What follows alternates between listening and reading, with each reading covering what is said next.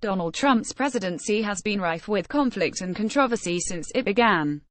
But in the midst of a quickening special counsel investigation into Russia's role in the 2016 election, the administration is still managing to reshape the country in profound ways. This dichotomy has left Democrats with the task of juggling between the drumbeat of Russia talk and kitchen table issues, and it's left Trump allies both exuberant and fretful. Come New Year's Eve, if you're a Republican in town, you're probably exhausted, but you also should be quite impressed at everything we've got done this year. Barry Bennett, former senior advisor to the Trump campaign, told the Daily Beast, "It's amazing it got done." The dichotomy came into sharper focus this week as the Senate passed a once-in-a-generation tax overhaul, tilted largely to corporations in the upper class, the same day that special counsel Robert Mueller's team announced that it had secured a plea deal with former National Security Advisor Michael Flynn. Allies outside the administration barely had time to celebrate the former before expressing a range of concerns over the latter. Some dismissed Mueller's investigation as a witch hunt that will touch only matters unrelated to the presidency.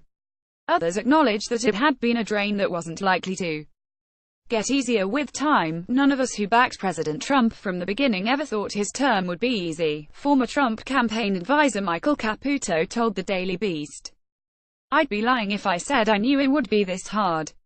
Increasingly, however, there are those close to the president who admit that the potential for damage is quite real, regardless of the merits. "I don't believe there's an ounce of truth about Russia-Trump collusion, and so far there's no evidence of it," Newsmax CEO and Trump friend Christopher Ruddy told the Daily Beast.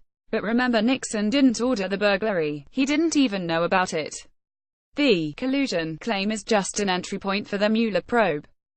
They are clearly looking for more, and the indictments and pleas all prove that's true. Whether Trump is directly implicated or not will be determined in the coming months. But allies worry that the Flynn news will prove damaging in the near term regardless. Top aides, mainly Jared Kushner, the president's son-in-law and close advisor, will come under heightened political and legal scrutiny, and the president will have to adjust operationally.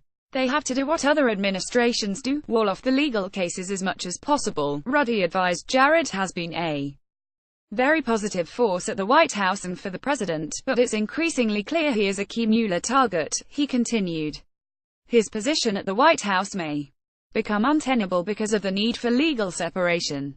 I think it's part of the whole Mueller strategy to divide Trump and his key advisors. In the midst of this growing cloud, however, the Trump administration has been churning out legislative and administrative accomplishments.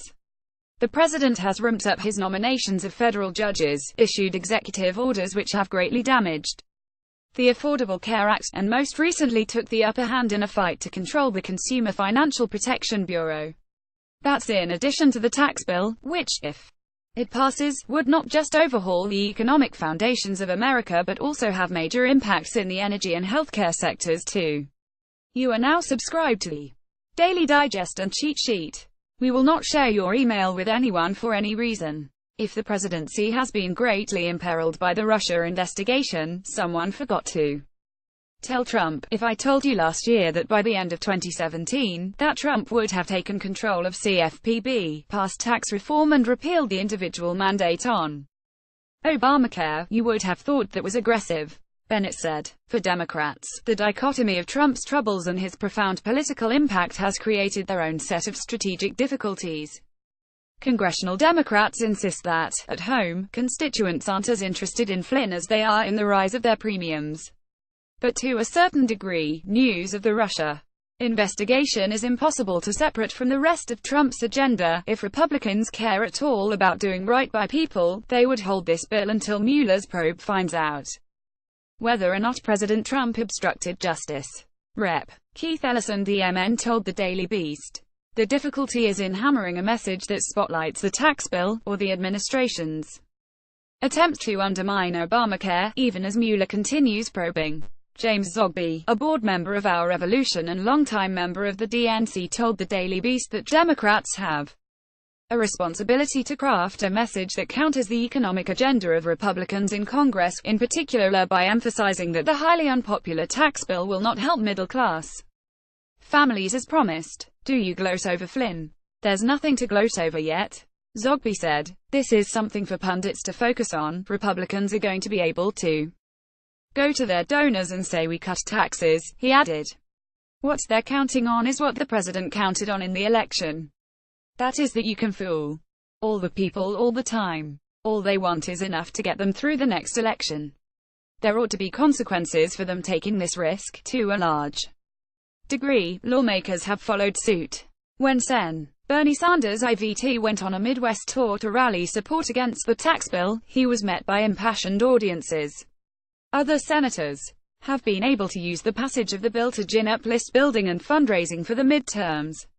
The goal, operatives say, is to emphasize that Mueller may be making progress, but that it isn't slowing down Trump and shouldn't distract Democrats either.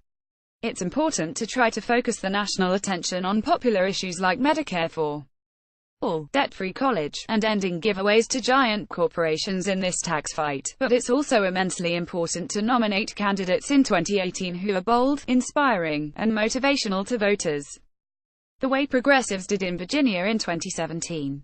Adam Green, co-founder of the Progressive Change Campaign Committee, told the Daily Beast,